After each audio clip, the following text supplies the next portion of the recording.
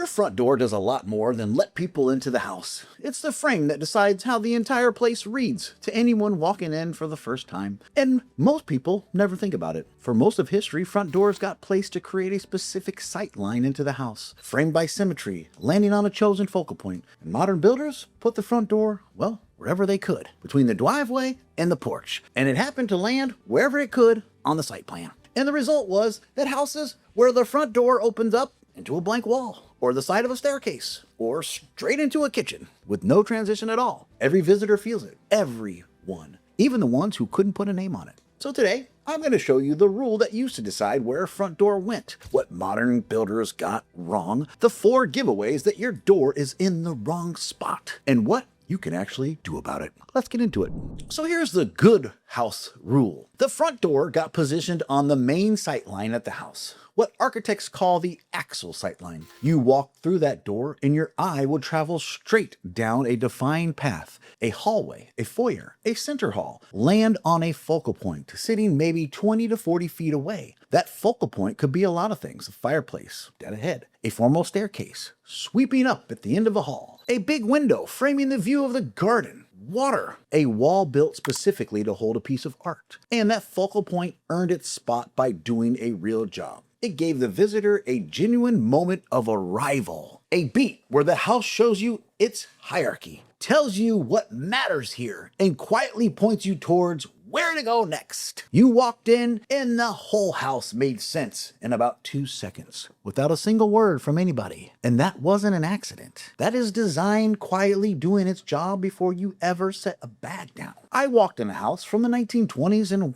well, the second you opened the front door, you were looking straight down a center hall, 30-odd feet of it, and it landed right on a tall window that framed a big oak tree out in the backyard. You felt that in your chest before your brain caught up as to why. That's the whole idea. It was completely ordinary in a well-built home 100 years ago compared to that last new build you walked into where you open up the door and you got a coat closet and a slab of blank drywall. Same act, opening up a front door, 2 completely different experiences. So what do modern builders do wrong? Just about all of it, because they placed the door from the outside in. They put it where the driveway and the front porch worked out on the site plan. And nobody in the whole process ever stood inside and asked, what will you be looking at this when you open it? So you end up with a few classic failures. A door that opens up into a blank wall 6 feet away. So walking in feels like, well, you're hitting a dead end. Claustrophobic from the first step. Or the door opens right into the side where the bottom of a staircase. The first thing guests see is a raw edge of staircase strut. Or a door opens straight into a great room or a kitchen with no transition whatsoever. And the arrival moment, well, just never happened. You're standing in the middle of the party before you even got your coat off. And a lot of the time, the door is shoved off to one side of the front or the other for no actual reason, which reads as unfinished from the curb and unfinished from inside. However it goes wrong, the visitor walked in with no sense of this way and no or little visual reward for even showing up. And real quick, this kind of thing, the stuff that production builders skip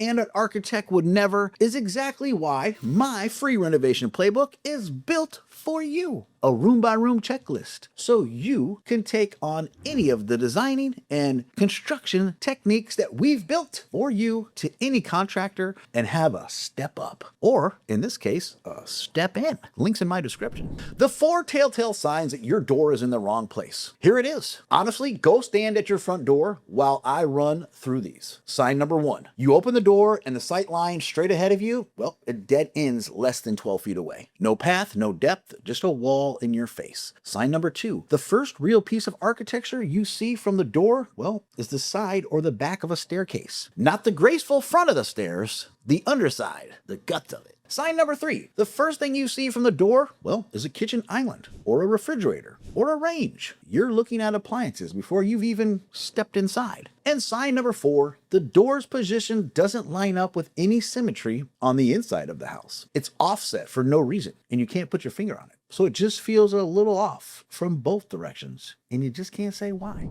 Now, if you've nodded at even one of these standing at your own door, that's a real design flaw that you're looking at. And now you finally know its name. So what can you do about it? It depends on where you're standing. If you're building, work with an actual architect, not a production builder handing you a stock plan. Someone else who understands actual sight lines and designs a house from inside and outside. Have them build in a foyer or an entry hall, a real transition space, and have them design a sight line from your front door so it lands on a chosen focal point at least 20 feet away. It's one of those things that cost almost nothing to draw correctly, and it's nearly impossible to add once the house is standing. If you're buying, do this with your agent right next to you. Stand at the closed front door, and before you open it, ask yourself, what am I about to see? Then open it. If the answer is a blank wall, the edge of a staircase, or a refrigerator inside of a kitchen, you're looking at a design flaw that is not going away quietly. You won't necessarily stop from buying the place, but should your eyes be wide open, maybe it'll be in your offer. And if you already own a house with a bad entry, relocating the door itself can be expensive. And sometimes just not possible. Moving a front door could be real structural work.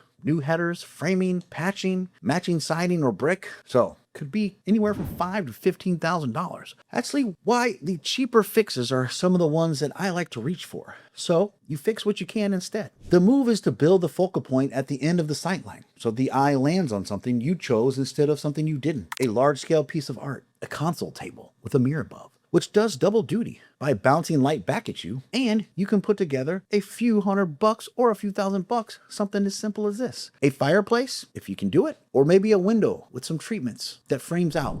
All of these are good options. And the real problem is that the door dumps you into the wrong sightline completely. And you can frame in a small partition to carve out a little foyer that maybe helps with the bad view and gives you a little hands-on the arrival moment. Now, that partition might only cost you $2,000 to $6,000, a fraction of moving that door. So, you have options. The door sets the whole tone. Point out something worth seeing. Guess what? And I'll see you on the next one. Drop a comment and tell me what you are dealing with at your front door. Thanks for watching. Built by Becker.